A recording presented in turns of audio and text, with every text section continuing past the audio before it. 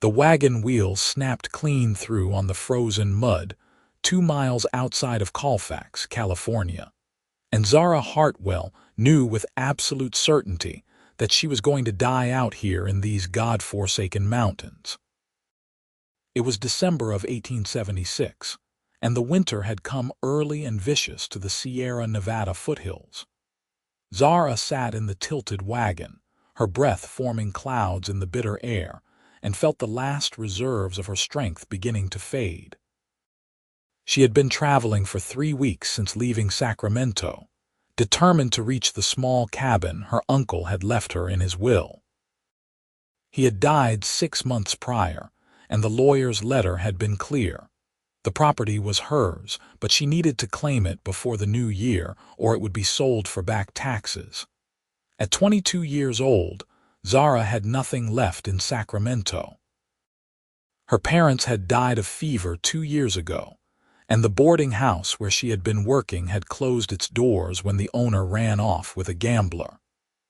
The cabin represented her only chance at a fresh start, a place of her own where she could perhaps take in sewing or washing to make ends meet. But now, staring at the broken wheel and the darkening sky, that dream seemed impossibly far away. She climbed down from the wagon, her worn boots sinking into the half-frozen mud. The horse, an old mare named Daisy that she had bought for almost nothing, stood with her head lowered against the wind. Zara unhitched her with numb fingers, gathered what supplies she could carry in a canvas sack, and started walking. According to the map the lawyer had provided, the cabin should be less than a mile up the mountain road. The sun was setting by the time she spotted it, a small structure nestled in a clearing surrounded by towering pines. Relief flooded through her, giving her the strength to push forward through the deepening snow.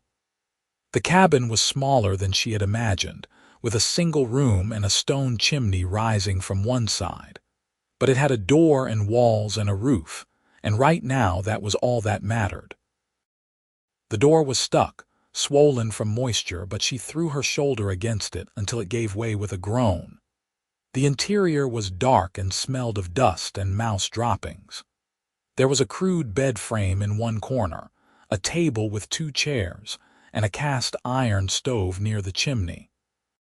Shelves lined one wall, mostly empty except for a few old tin cups and a cracked plate.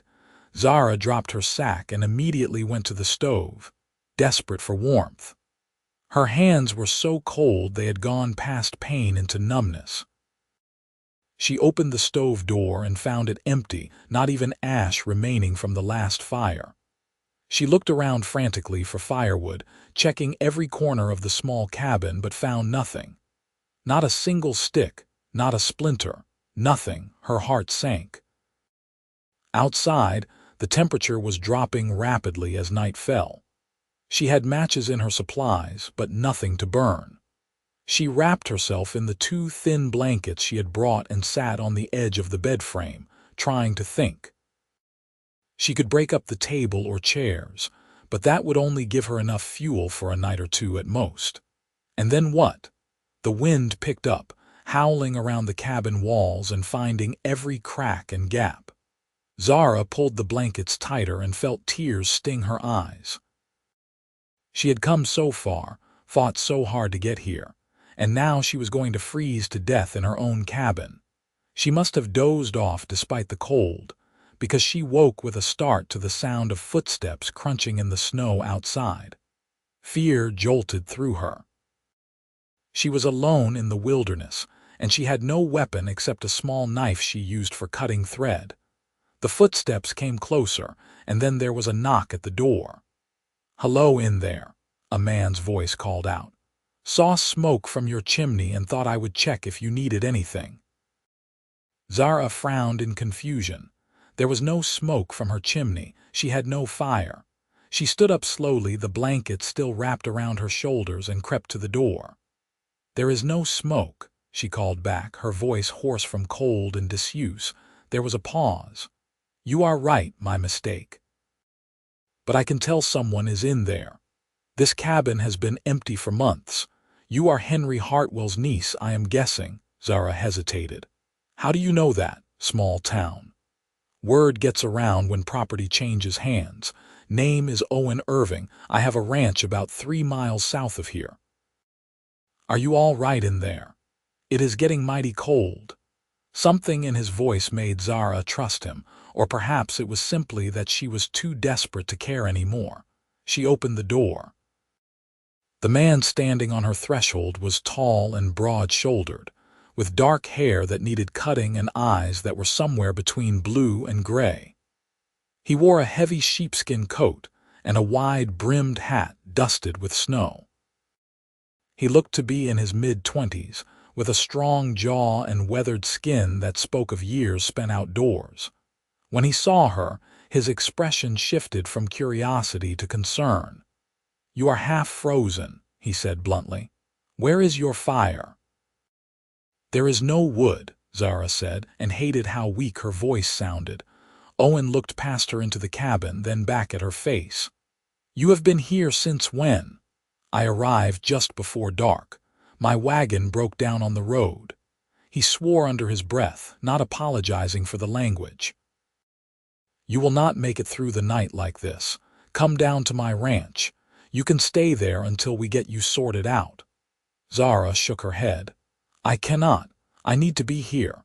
The property has to be claimed by the new year or I lose it." "You cannot claim property if you are dead," Owen said, his tone reasonable but firm. "And you will be dead by morning without heat." "Then I will break up the furniture," Zara said stubbornly. Owen studied her for a long moment, and she had the unsettling feeling that he could see right through her bravado to the terror underneath. Finally, he sighed. "All right. You stay here if you must, but I am going to cut you some wood, enough to get you through tonight at least." "I do not have money to pay you," Zara said quietly. "Did I ask for money?" He was already turning away. "I have an axe in my saddlebag. You get inside and close that door before all your heat escapes. Not that there is any heat to escape, but you understand my meaning." Zara wanted to argue, but she was too cold and too tired. She closed the door and sank back onto the bed, listening to the sound of him moving around outside. A few minutes later, she heard the rhythmic thunk of an axe biting into wood. She must have fallen asleep again, because when she woke there was a fire crackling in the stove and blessed warmth beginning to seep into the cabin. Owen was stacking wood along the wall near the door, piece after piece, until there was a pile that reached nearly to her waist. "That should get you through a few days," he said, brushing bark and snow from his coat. "But you are going to need a lot more if you are planning to winter here. This place eats wood like a hungry bear." Zara sat up slowly, feeling the warmth of the fire on her face like a miracle. "Thank you. I do not know how I can repay you. Like I said, I did not ask for payment." He picked up his hat from where he had set it on the table. "But you should think hard about whether you really want to stay here alone.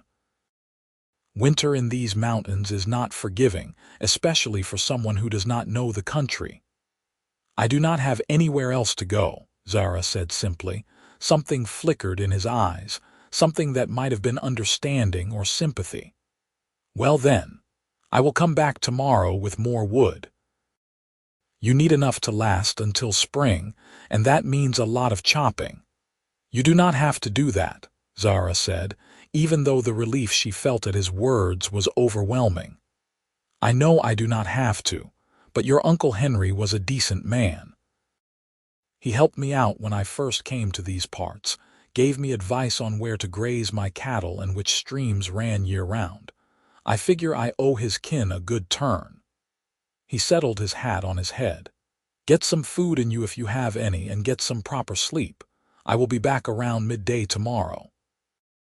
He left before she could say anything else, closing the door firmly behind him.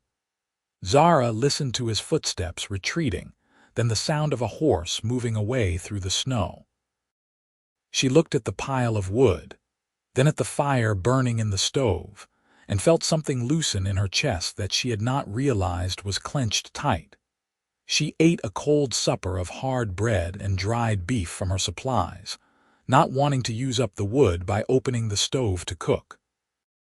Then she lay down on the bed frame, still wrapped in her blankets, and fell into the first real sleep she had had in days. When she woke the next morning, weak sunlight was filtering through the single window. The fire in the stove had burned down to coals, and the cabin was cold again, but not the bone-deep freezing of the night before. Zara added more wood and got the fire going again, then took stock of her situation. She had enough food for perhaps a week if she was careful. She had 2 blankets, a change of clothes, her sewing kit, and a few other odds and ends. The cabin itself was in rough shape but structurally sound. The roof did not seem to leak, and the walls were chinked with what looked like mud and moss. She would need to reinforce that before the deep winter set in. She spent the morning cleaning, sweeping out the mouse droppings and dust, wiping down the shelves and table. There was a broom in the corner that had seen better days but still worked well enough. The physical work helped warm her up and kept her mind occupied. She tried not to think about how isolated she was, how far from any other human being. True to his word, Owen arrived just after noon. Zara heard his horse and came to the door to find him leading a pack mule laden with supplies. "Brought you some extra food," he said without preamble, "and a better axe. Figured you might want to learn to cut your own wood once I get you a good supply built up." "I told you, I cannot pay you," Zara said, but she could not keep the hunger out of her eyes as she looked at the sacks on the mule. "And I told you I am not asking for payment. You going to argue with me all winter, or are you going to help me unload this mule?" Despite everything, Zara felt a smile tug at her lips. "I suppose I can help." They worked together in companionable silence, carrying the supplies into the cabin. Owen had brought flour, beans, salt pork, dried apples, coffee, and even a small sack of sugar. Luxuries that Zara had not tasted in months. There was also a thick wool blanket, far better than the thin one she had brought, and a waterproof oilcloth that he said she could use to cover the window when the storms got bad. "This is too much," Zara said, looking at the abundance spread across her table. "I cannot accept all of this." Owen was already heading back outside. "Then consider it a loan. You can pay me back when you get on your feet." Before she could argue further, the sound of the axe rang out again. Zara went to the window and watched him work. He had removed his heavy coat despite the cold, working in just a wool shirt and vest. His movements were smooth and practiced, each swing of the axe placed perfectly to split the logs he had dragged in from the surrounding forest. She had been raised to be useful, to always earn her keep, and it grated on her to stand inside while he worked. After a few minutes, she put on her own coat and went outside. "Show me how to do it," she said. Owen paused mid-swing and looked at her. "You ever used an axe before?"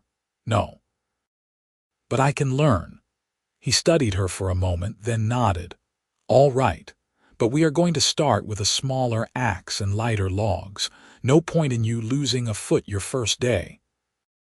He was a patient teacher, showing her how to grip the handle, how to position her feet, how to let the weight of the axe do most of the work. Zara's first attempts were clumsy and awkward, but she kept at it, determined not to be useless. Her hands blistered within the first hour, but she did not stop until Owen took the axe from her. "That is enough for today," he said firmly. "You are going to make yourself sick if you push too hard." "I am fine," Zara said, but even she could hear the exhaustion in her voice. "You are stubborn is what you are." But there was no anger in his tone, almost a hint of amusement. "Go on inside and warm up. I will finish up out here." Zara wanted to argue, but her hands were throbbing and her arms felt like dead weight.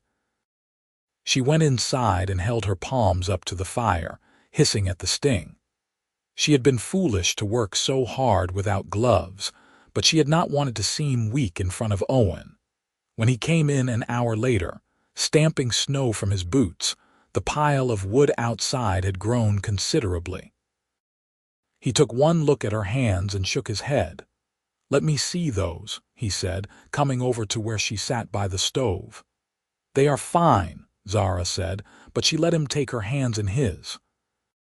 His own hands were calloused and warm, strong but surprisingly gentle as he examined the blisters forming on her palms. "You should have said something. I have salve in my saddlebag that will help with these." He went back outside and returned with a small tin. The salve smelled of pine and something else she could not identify, but it was cool and soothing on her raw skin. Owen worked carefully, his touch light and impersonal, but Zara found herself intensely aware of him. The warmth of his hands, the concentration on his face, the way a lock of dark hair fell across his forehead. "Thank you," she said softly when he finished. "Try not to work yourself to death tomorrow," he said, closing the tin. "Takes time to build up the calluses you need for this kind of work." He stayed long enough to show her how to make a proper pot of coffee on the stove, then left again with a promise to return the next day. Zara watched him ride away and felt an unfamiliar flutter in her chest. She told herself it was just gratitude, nothing more. He was being a good neighbor, the way people did out here in the wilderness. It did not mean anything. But that night, as she lay in her bed with a full belly and a warm fire in her bandaged hands, she found herself thinking about the way he had looked at her when she had insisted on learning to use the axe. Like she was someone worth taking seriously. Over the next 2 weeks, Owen came every day. Sometimes he arrived in the morning, sometimes in the afternoon, but he always came. And each time, the woodpile grew larger. He worked with a quiet efficiency that Zara could not help but admire, felling trees, hauling logs, splitting them into manageable pieces. He taught her which wood burned hottest and longest, which trees to avoid because they popped and sparked dangerously. Zara worked alongside him when he would let her, though he was careful not to let her overdo it. Her hands toughened, the blisters becoming calluses. She learned to read the grain of the wood, to place her strikes where they would do the most good. It was hard, exhausting work, but there was a satisfaction in it that she had never felt in her old life of sewing and washing and serving. They talked while they worked, at first just practical matters about the cabin and the winter and the best way to store food away from animals. But gradually, the conversations deepened. Owen told her about his ranch, a small operation with maybe 50 head of cattle, and a cabin not much bigger than hers. He had come west from Missouri 5 years ago, looking for a fresh start after his father died and his older brother inherited the family farm. "Did not seem right to stay where I was not wanted," he said one afternoon, taking a break to drink from his canteen. "James made it clear there was not room for both of us, so I took my inheritance and headed west." "That must have been hard," Zara said. She was sitting on a stump, catching her breath. Her shoulders ached pleasantly from swinging the axe. Owen shrugged. "It was what it was. Turned out to be the best thing that could have happened to me. I like it out here. Like the space, the quiet. Like knowing that what I build is mine, that nobody can take it away." Zara understood that feeling. It was part of why she had been so determined to reach this cabin, to claim it as her own. "My parents wanted me to marry," she said, surprising herself with the confession. "Before they died, they had it all arranged. A man from my father's church, a widower twice my age with 4 children. They thought it was a good match." "Was it?" Owen asked, his tone carefully neutral. "I never found out. He died in a riding accident before the wedding could take place. And then my parents got the fever, and suddenly I was alone with no money and no prospects." She looked down at her bandaged hands. Sometimes I think I should have been more grateful for the offer. At least I would have had a home." "You have a home now," Owen said quietly. "And you did not have to marry someone you did not love to get it." Their eyes met, and Zara felt that flutter in her chest again, stronger this time. She looked away first, suddenly flustered. "We should get back to work. Daylight is wasting."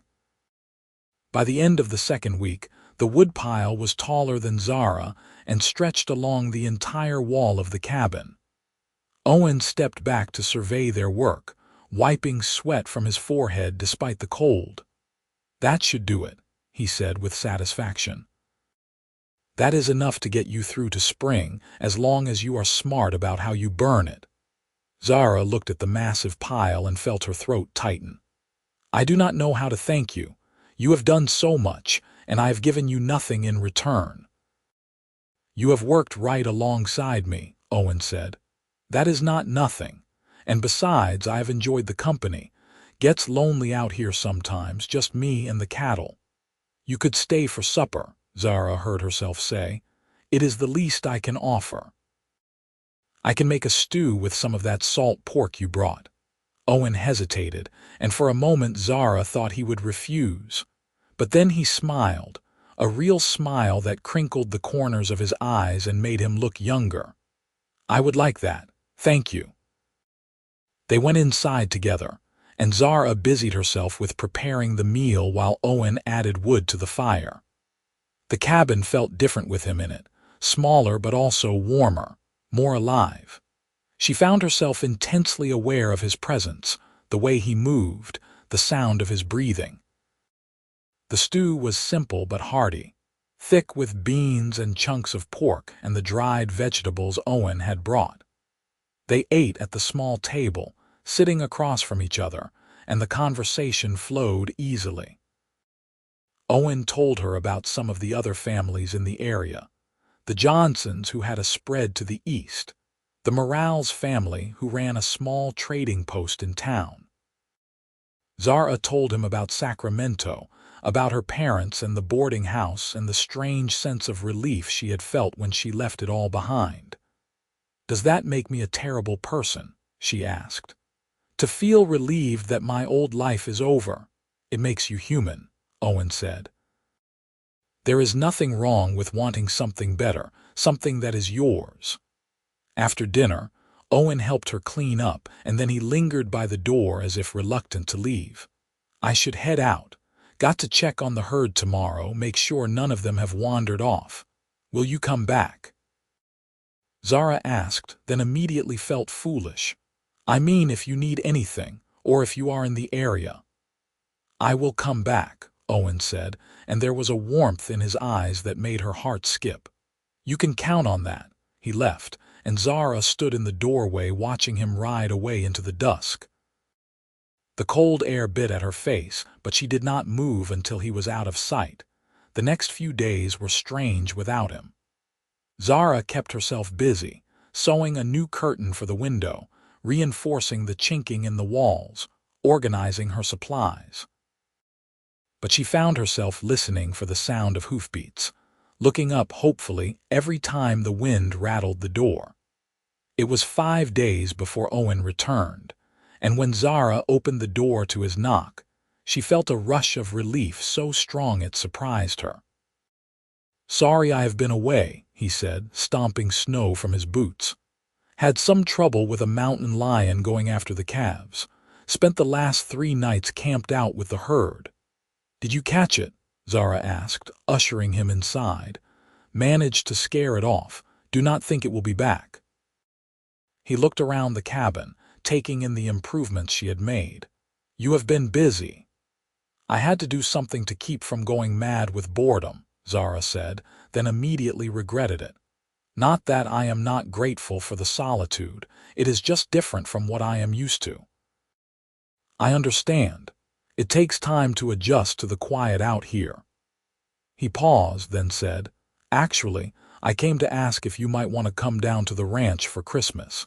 It is just a few days away, and I thought you might appreciate a change of scenery. The Johnsons and the Morales family will be there. We do it every year, everyone brings food and we have a bit of a celebration. Zara's heart lifted. I would love that, but I do not have anything to bring. Bring yourself. That is enough. Owen smiled. I will come get you on Christmas Eve if that suits you. You can stay the night, and I will bring you back the next day. After he left, Zara found herself in a flutter of nervous excitement. She had not been to any kind of social gathering in months, and the thought of meeting other people, of being part of a community, was both thrilling and terrifying. She went through her meager wardrobe, trying to decide what to wear. Nothing seemed nice enough, but it would have to do. The days crawled by until Christmas Eve finally arrived. Zara woke early, washed with cold water from the basin, and dressed in her best dress, a dark blue calico that had been her mother's. It was a little loose on her now after months of meager eating, but it would have to do. She braided her long dark hair and pinned it up, then stood nervously by the window waiting for Owen. He arrived at mid-morning, riding a chestnut gelding and leading a calm gray mare. Thought you might prefer to ride rather than walk, he said with a grin. It is about an hour on horseback. Zara had not ridden much, but she was not about to admit that. Owen helped her up onto the mare, and she was intensely aware of his hands on her waist, strong and sure. Then they were riding through the winter landscape, following a trail that wound between the pine trees. Owen's ranch, when they reached it, was bigger than she had expected. The main cabin was sturdy and well built, with a barn and several outbuildings nearby. Smoke rose from the chimney, and Zara could see other horses tied up outside. Inside, the cabin was warm and filled with people. The Johnsons were a family of 5, with 3 young children who immediately started racing around the room. Tom Morales and his wife Alina greeted Zara warmly, and Alina took her hands and exclaimed over how cold they were. You come sit by the fire, Alina said, pulling her toward the hearth. Owen has told us about you, about your uncle's cabin. You are very brave to winter up there alone. I did not have much choice, Zara said, but she smiled. Alina's warmth was infectious. The afternoon passed in a blur of food and conversation and laughter. There was roasted venison and biscuits and dried fruit pies and more food than Zara had seen in months. The children played games and sang songs, and someone brought out a fiddle and played Christmas carols. Zara found herself relaxing, the loneliness of the past weeks falling away. She caught Owen watching her at one point, and when their eyes met, he smiled. It was a private smile, meant just for her, and it made something warm unfurl in her chest. As the evening wore on, the children were put to bed in various corners, and the adults settled in for quieter conversation. Tom Morales was telling a story about a bear that had gotten into his trading post last summer when Alina leaned over to Zara. Owen is a good man, she said quietly. We were all so glad when he came to these parts. He has helped everyone at one time or another, never asking for anything in return. He has been very kind to me, Zara agreed, not sure where Alina was going with this. He likes you, Alina said, even more quietly. I can tell. I have known him for 3 years now, and I have never seen him look at anyone the way he looks at you. Zara felt her cheeks heat. We barely know each other. Sometimes that is how it works. You just know. Alina patted her hand. I am not trying to push anything. Just saying if you feel something too, do not be afraid of it.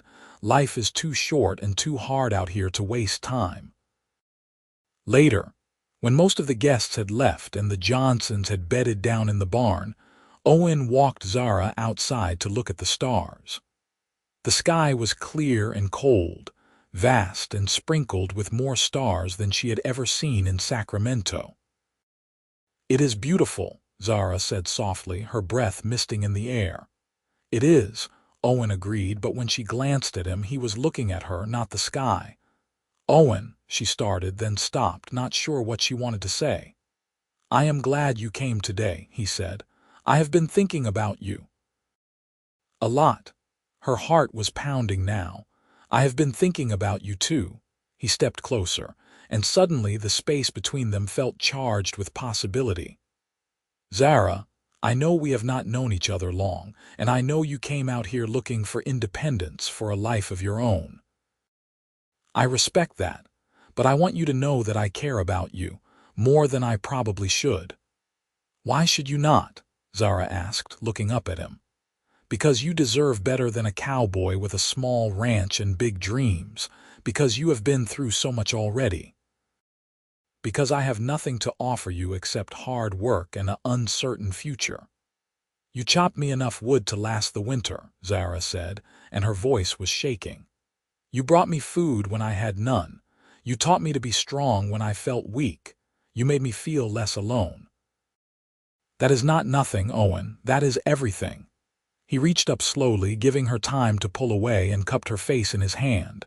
His palm was rough and warm against her cold cheek. "Can I kiss you?" "Yes," Zara whispered. The kiss was gentle at first, tentative, his lips soft against hers. But then Zara reached up and wrapped her arms around his neck, and the kiss deepened, becoming something more urgent, more real. She felt the solid warmth of him against her, the strength in his arms as he pulled her closer, and something inside her sang with rightness. When they finally broke apart, both breathing hard, Owen rested his forehead against hers. "I have wanted to do that since the first time I saw you standing in that doorway, looking like a frozen waif." Zara laughed, a shaky sound. "I must have looked awful." "You looked beautiful," Owen said seriously. "You still do." They stood there for a long moment, wrapped in each other's arms, and Zara felt something settle in her chest, a sense of peace, of belonging that she had been searching for her whole life. The winter deepened after that, and Owen became a constant presence in Zara's life. He came to the cabin several times a week, always with some excuse. He needed to check that she had enough wood, that the stove was drawing properly, that the roof was holding up under the snow. But they both knew the real reason was simply that they wanted to be together. They talked for hours, learning each other's histories, hopes, fears. Owen told her about his mother, who had died when he was young, and his difficult relationship with his brother.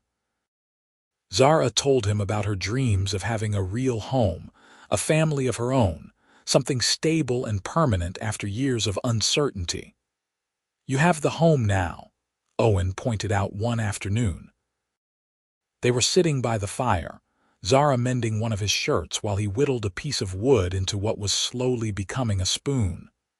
"I do," Zara agreed, "but it still feels temporary somehow, like it could all disappear if I am not careful." Owen set down his knife and wood and took her hand. "What would make it feel permanent?" Zara looked at their joined hands, his so much larger than hers, roughened by work and weather. "I do not know, maybe nothing, maybe I just need time." But she did know, really. What would make it feel permanent was him. Having someone to share it with, to build a life with. But she was afraid to say it out loud, afraid of wanting too much too soon. January came, and with it some of the worst storms Zara had ever seen. The snow piled up past the windows, and the wind howled like something alive. For 5 days straight, she could not open the door without it being ripped from her hands by the gale. She burned through wood at an alarming rate, just trying to keep warm, and she thought with deep gratitude about Owen and all those hours he had spent chopping. When the storm finally broke, Owen appeared like magic, riding through snow that came up to his horse's chest. He pounded on the door, and when Zara opened it, he stumbled inside covered in snow from head to toe. "Are you insane?" Zara demanded, pulling him toward the fire. "You could have died out there." "I had to make sure you were all right," Owen said through chattering teeth. "I have been going mad for 5 days, thinking about you up here alone." "I am fine," Zara said, but she was pulling off his frozen coat, helping him out of his boots. "But you will not be if you do not warm up. Sit down. Let me make you something hot to drink." She made coffee laced with a little of the whiskey she kept for emergencies, and Owen wrapped his hands around the cup gratefully. Color slowly returned to his face as he thawed out. "You scared me," Zara said quietly, sitting beside him. "I am sorry, but I had to see you, had to know you were safe." He set down the cup and turned to face her. "Zara, I cannot keep doing this, riding back and forth, pretending I am just being neighborly. The truth is, I am in love with you. I have been for weeks now, and I want you to marry me." Zara's breath caught. "Owen, I know it is fast. I know you wanted independence, wanted your own life, and you can still have that, but you could have it with me. We could build something together, you and me. Make both our places into something bigger, something stronger. Or you could keep your cabin and I would keep my ranch and we would just be together. However you want to do it, I do not care. I just want to be with you." "Yes," Zara said, and she was crying now, tears streaming down her face. "Yes, I will marry you. I love you too. I think I have loved you since you showed up that first night with your axe and your kindness." Owen kissed her then, deep and thorough, and Zara kissed him back with everything she had. When they finally broke apart, they were both grinning like fools. "We should probably wait until spring for the wedding," Owen said practically. "Give people time to travel in for it, and give us time to figure out the details of how we want to live." "Spring sounds perfect," Zara agreed, "but you are not riding back to your ranch tonight. The snow is too deep, and you are still half frozen." Owen raised an eyebrow. "Are you inviting me to stay the night, Miss Hartwell?" "In a purely practical sense," Zara said primly. "You can sleep by the fire. I am not compromising my reputation before we are even properly engaged." Owen laughed, a rich, warm sound that filled the cabin. "Understood, madam. I will be the perfect gentleman." He was, too, though Zara found herself wishing he was not quite so perfect as she lay in her bed listening to him breathe across the room. But there was also something deeply comforting about having him there, knowing she was not alone in the wilderness. In the morning, they made breakfast together, moving around the small cabin with an ease that spoke of future intimacy. Owen made cornbread while Zara fried salt pork, and they ate while making plans for the future. "I think we should live at my ranch," Owen said. "It is bigger and closer to town, but we could keep your cabin, maybe use it during the summer when the herd needs to graze in the higher pastures." "That makes sense," Zara agreed. "And maybe someday we could expand your cabin, add on rooms for children." The look Owen gave her was so full of hope and love that it made her chest ache. "You want children, do not you, more than anything," Owen admitted. "I want a whole house full of them. Want to build something that lasts, you know, something that matters." "We will," Zara promised. "Together." The next few months passed in a blur of preparation. Elena Morales helped Zara sew a wedding dress from fabric that Owen bought in town, a beautiful cream-colored cotton with tiny flowers embroidered on it. The Johnsons offered to host the wedding at their place since it was the biggest, and Mrs. Johnson threw herself into planning with enthusiasm. Owen and Zara spent every moment they could together, learning each other, planning their future. They decided to raise cattle and maybe some horses, to plant a garden in the spring, to eventually build a bigger house once they could afford the lumber. They talked about names for children they did not have yet, about what they would teach them, how they would raise them to be strong and kind. The wedding took place on a bright April day in 1877, with nearly everyone from the surrounding area in attendance. Zara wore her new dress and carried wildflowers that Elena had helped her pick that morning. Owen wore a new suit that was stiff and uncomfortable, but made him look so handsome that Zara's heart stuttered when she saw him. The ceremony was simple, performed by a circuit preacher who came through the area once a month. But when Owen slipped the ring on her finger, a simple gold band he had ordered from a catalog, Zara felt the weight of it like a promise. Like permanence, finally, after so much uncertainty. "I love you," Owen whispered as they kissed husband and wife for the first time. "I love you too," Zara whispered back, and she meant it with every fiber of her being. The celebration lasted long into the night with food and music and dancing. Zara danced with Owen until her feet ached, not caring about anything except the feel of his arms around her and the pure joy singing through her veins. When they finally left for Owen's ranch, now their ranch, it was under a sky full of stars. Owen lifted Zara onto her horse, then mounted his own, and they rode through the spring darkness together. The cabin was warm when they arrived, a fire already laid in preparation. Owen had added touches over the past weeks, making it more comfortable. There was a real bed now instead of just a frame, with a thick mattress and quilts. New curtains hung at the windows and the shelves were stocked with supplies. "Welcome home, Mrs. Irving," Owen said, helping her down from her horse. "Home," Zara repeated, and the word felt right in her mouth. Not the cabin where she had nearly frozen, not the boarding house in Sacramento, not any of the temporary places she had lived. This. Here. With him. That night in the privacy of their home, Owen made love to her with a tenderness and passion that left her breathless. He was gentle, careful, making sure she was comfortable, that she felt safe. And Zara, who had spent so much of her life feeling alone and uncertain, finally understood what it meant to truly belong to someone. The first year of their marriage was not easy. They worked hard, dawn to dusk, building up the ranch. Zara learned to ride better to help Owen manage the cattle to shoot a rifle for protection. She kept the house, grew vegetables in the garden they planted together, and slowly made the cabin into a real home. There were hard times too. A late spring frost killed half their garden. 3 calves were lost to predators.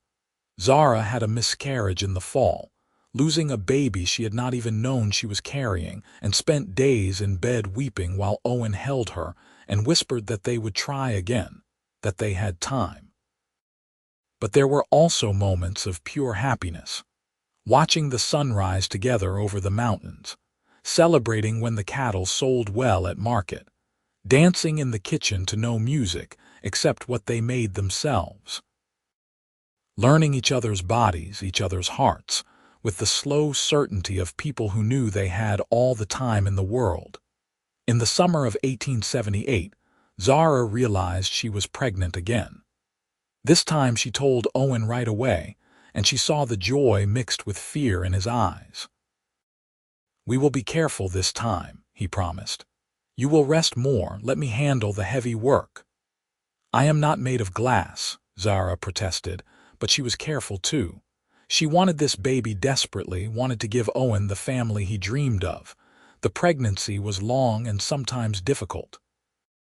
Zara was sick in the mornings for months, and as she grew bigger, the heat of summer became oppressive. But Alina visited often, bringing advice and remedies from her grandmother in Mexico. Mrs. Johnson came too, checking on her, bringing food, making sure she was not overdoing it. Zara had not realized how much she had come to depend on these women, how they had become her family.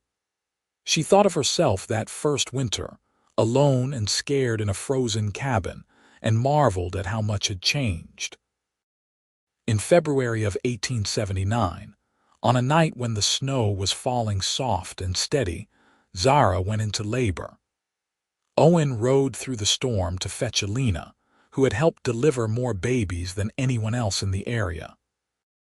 By the time he returned, Zara was in the grip of contractions that stole her breath and made her cry out. The labor lasted through the night and into the next day. Owen stayed by her side the whole time, holding her hand, wiping her forehead with cool cloths, murmuring encouragement even when Zara cursed him for putting her in this situation.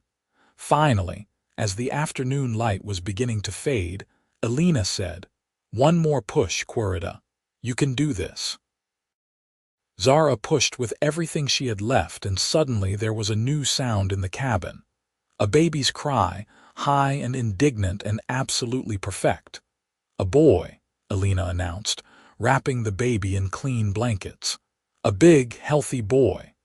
Owen was crying as Elena placed the baby in his arms. "Look at him, Zara. Look at our son." Zara was crying too, exhausted and elated and overwhelmed. The baby had dark hair like Owen and a scrunched-up face that was the most beautiful thing she had ever seen. "What should we name him?" Owen asked, sitting carefully on the edge of the bed. They had discussed names for months, going back and forth. But now, looking at her husband holding their son, Zara knew exactly what felt right. "Thomas," she said, "after Tom Morales, because without this community, without their friendship and help, we would not be here." "Thomas Irving," Owen said, testing it out. "I like it. Tom will be honored." The next months were a blur of sleepless nights and constant feeding and the overwhelming responsibility of keeping a tiny human alive. But they were also filled with unexpected joy. The first time Thomas smiled, a real smile, not just gas. The way he would settle immediately when Owen sang to him in a low, rumbling voice. The feeling of completeness when Zara held him, as if a piece of her she had not known was missing had finally clicked into place.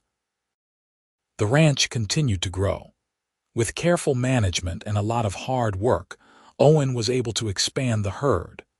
They added on 2 rooms to the cabin, creating a separate bedroom for themselves and a nursery for Thomas. Zara started taking in sewing for extra money, and between that and the ranch, they were doing more than just surviving. They were building something real, something lasting. When Thomas was 2 years old, Zara discovered she was pregnant again. This time the pregnancy was easier, perhaps because she knew what to expect. In the spring of 1881, she gave birth to twin girls, much to everyone's surprise. They named them Sarah and Ruth, and Owen walked around for weeks in a daze of joy and terror at suddenly having 3 children. The years that followed were full and chaotic and wonderful. The children grew, Thomas becoming a serious boy who followed his father everywhere, learning about cattle and horses and how to work the land. Sarah was wild and fearless, always climbing things and getting into trouble. Ruth was quieter, more thoughtful, with her mother's dark eyes and a way of seeing right through to the heart of things. The ranch prospered. Owen hired a hand to help with the cattle, a young man from Texas who was good with horses. They built a proper barn and expanded the house again. Zara's garden grew larger each year, and she started selling vegetables and preserves in town. In 1885, when Thomas was 6 and the twins were 4, Zara and Owen took the children to visit the old cabin where it had all started. The place had been maintained over the years, used during the summer months when the herd grazed in the high pastures. But standing there with her family, Zara was struck by how small it was, how different from the house they lived in now. "This is where you almost froze, Mama?" Thomas asked, looking around with wide eyes. "It is," Zara confirmed. "That was before your father chopped enough wood to last me the winter, before we fell in love and got married." "Tell us the story again," Sarah demanded. She never tired of hearing about how her parents met.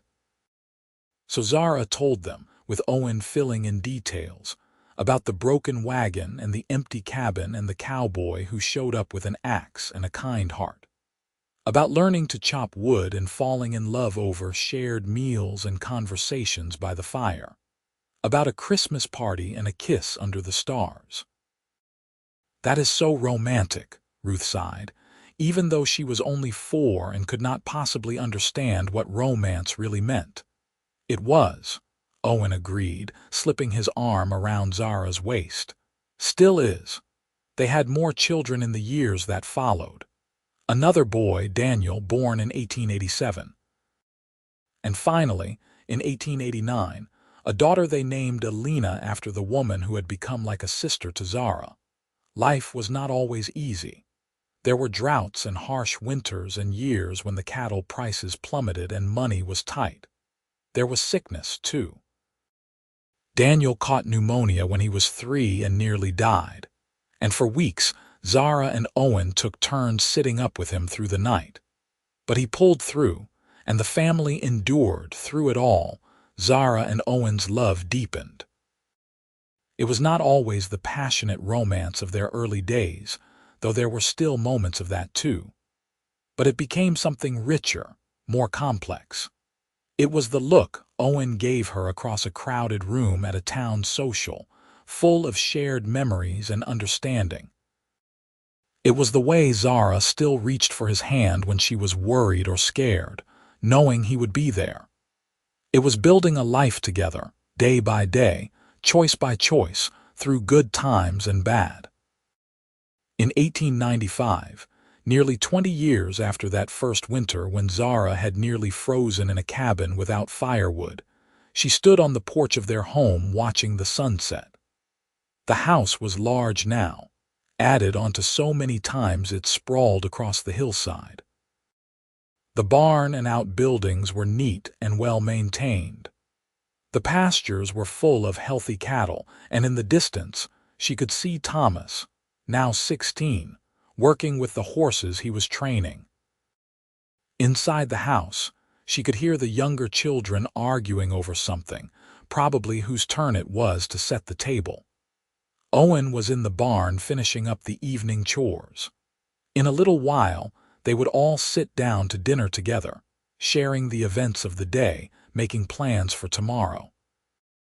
This was her life.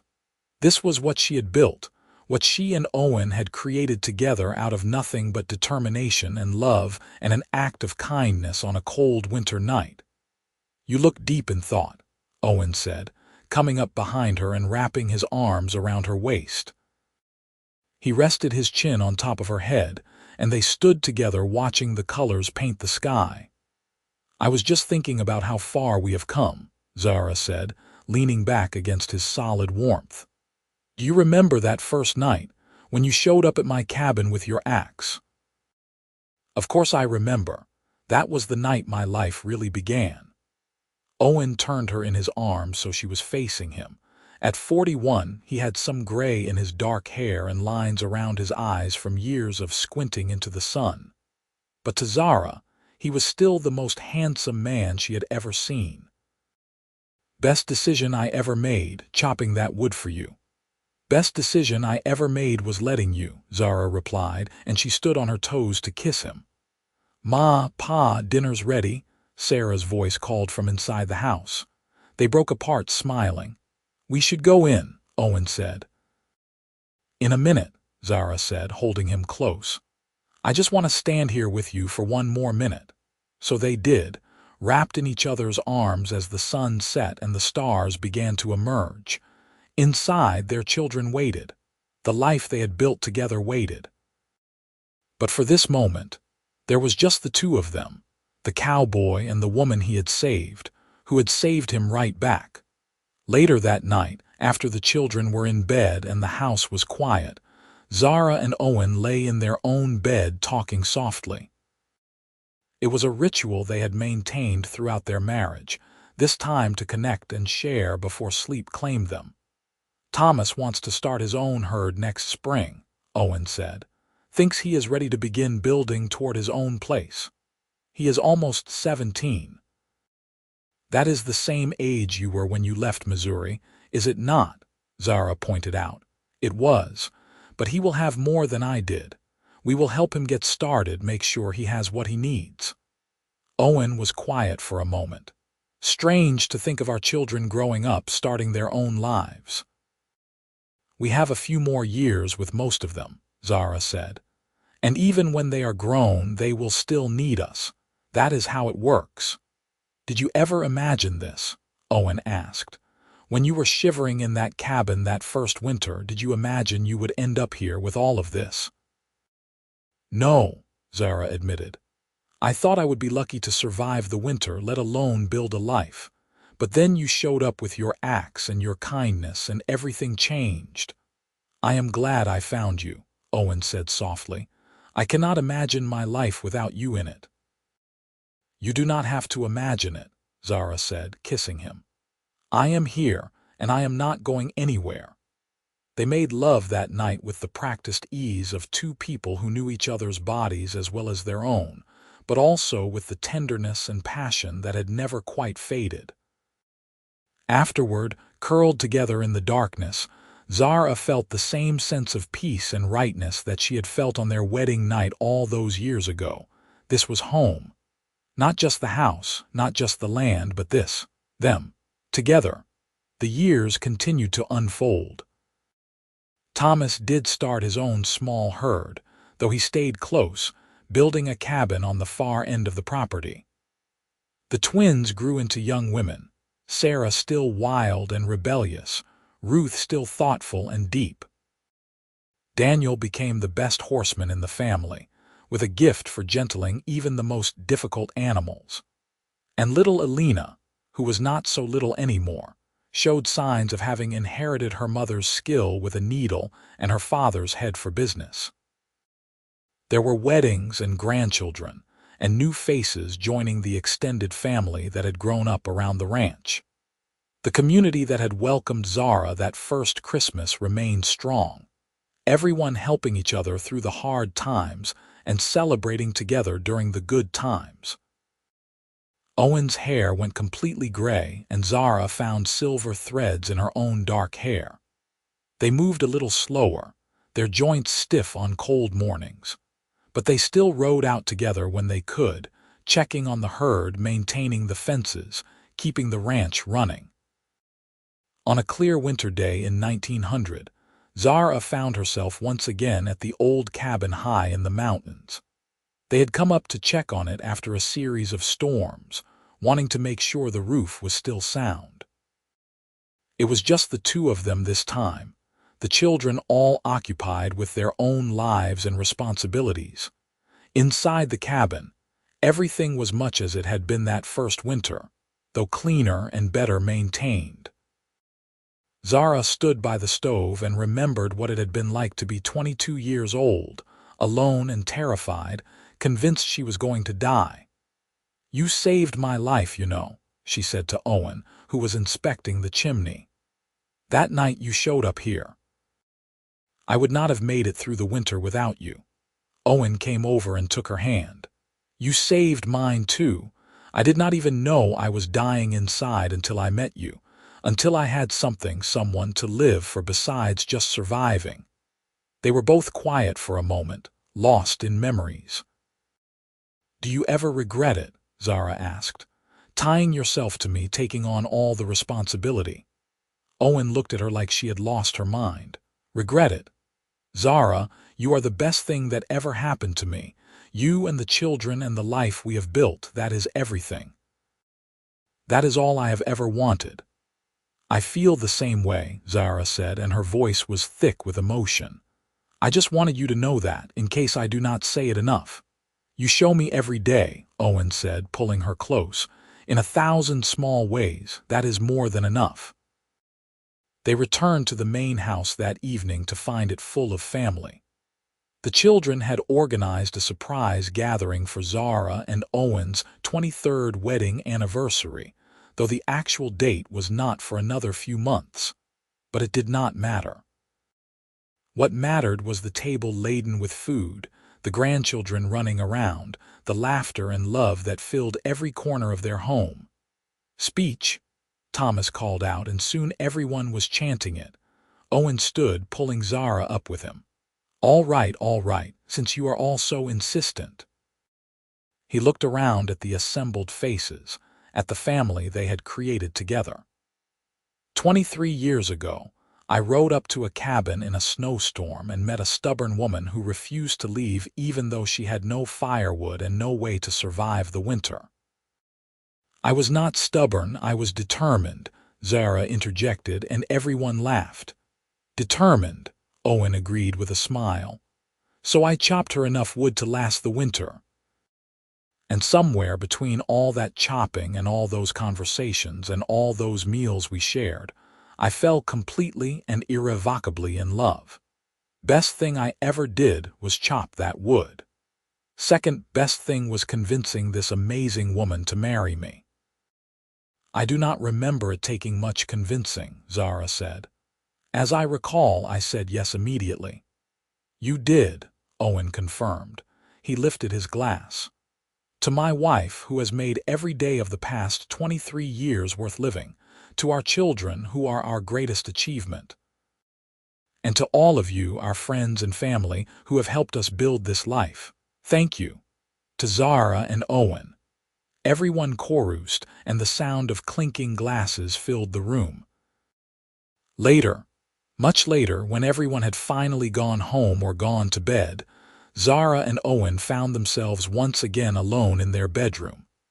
It was past midnight, and they were both exhausted, but also happy in a deep, bone-deep way. That was quite a speech, Zara said, brushing out her long hair, now more silver than dark. It was the truth, Owen said simply. He was already in bed, watching her with the same intensity he had shown that first winter. Every word of it. Zara set down the brush and climbed into bed beside him. They lay there in the darkness, hands clasped, breathing in sync. Owen, Zara said softly, thank you for everything. For the wood, for the love, for the life, for all of it. Thank you too, Owen said, squeezing her hand. For saying yes. For building this with me. For being my partner in all things. They fell asleep like that, hand in hand, the way they had slept for 23 years and would sleep for many more to come. The ranch continued to thrive through the turn of the century.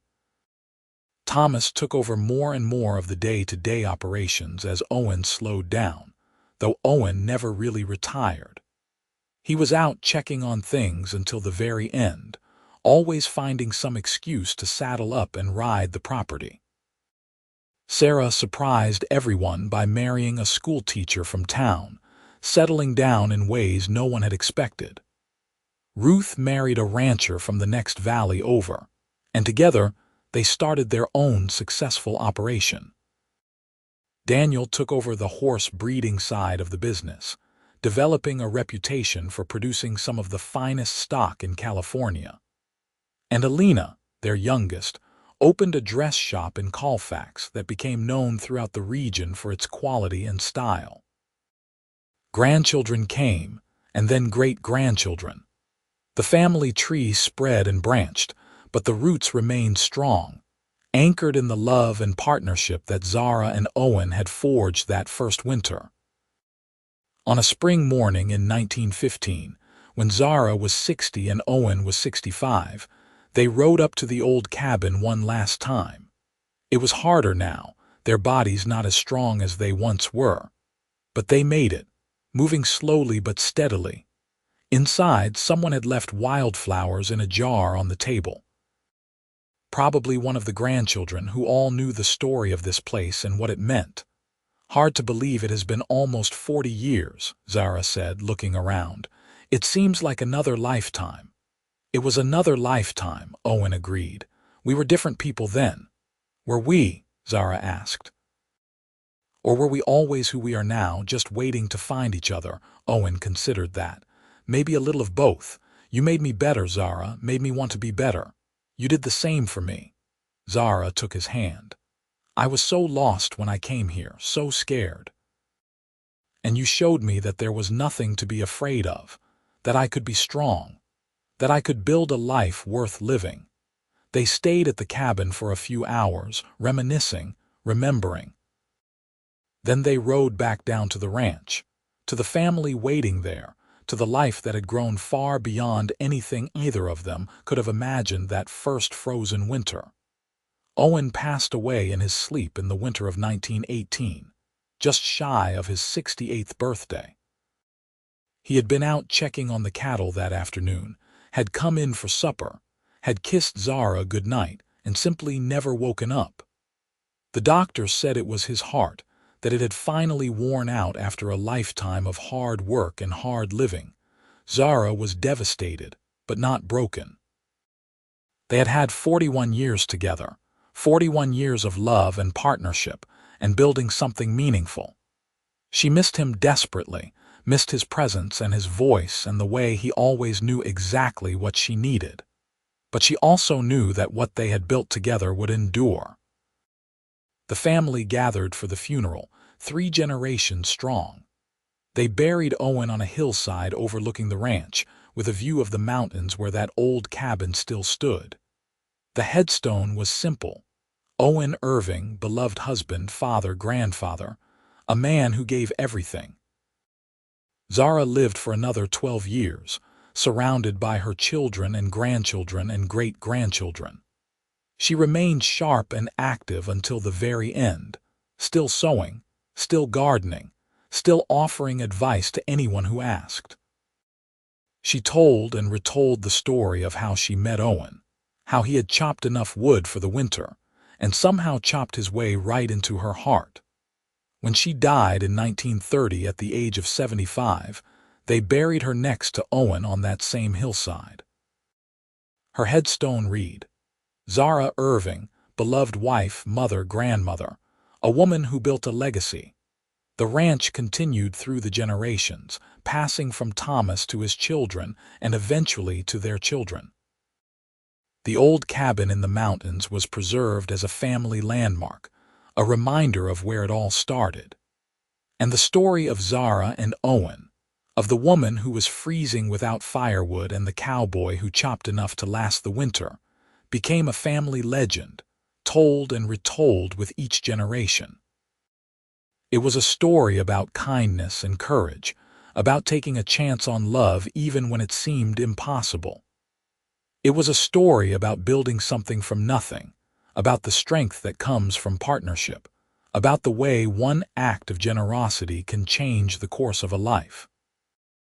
But most of all, it was a love story. The kind that starts with a frozen cabin and an axe and a man with a kind heart and grows into something vast and enduring. The kind that lasts not just a lifetime but generations. The kind that proves, beyond any doubt, that the most important thing any of us can do is show up for each other when it matters most. And somewhere in the mountains of California, in a small cabin surrounded by towering pines, that love story began. With wood being chopped and a fire being kindled, both in the stove and in 2 hearts that had been waiting without knowing it to find each other. The end came not with drama or tragedy, but with the peaceful certainty of a life well lived. The story of Zara and Owen was complete, their circle closed. But the love they had shared, the family they had created, the legacy they had built, that lived on. In the laughter of their great-grandchildren, in the thriving ranch that bore their name, in the old cabin that still stood as a testament to where it all began, it was a good ending. A complete ending. The kind of ending they both would have wanted, surrounded by love and family and the knowledge that they had mattered, that their lives had meant something. That on a cold winter night in 1876, a cowboy had shown up with an axe and changed everything. And a stubborn, freezing woman had let him, and in doing so had found not just survival but a reason to live. Together they had built something beautiful, something lasting, something true. And that, in the end, was everything.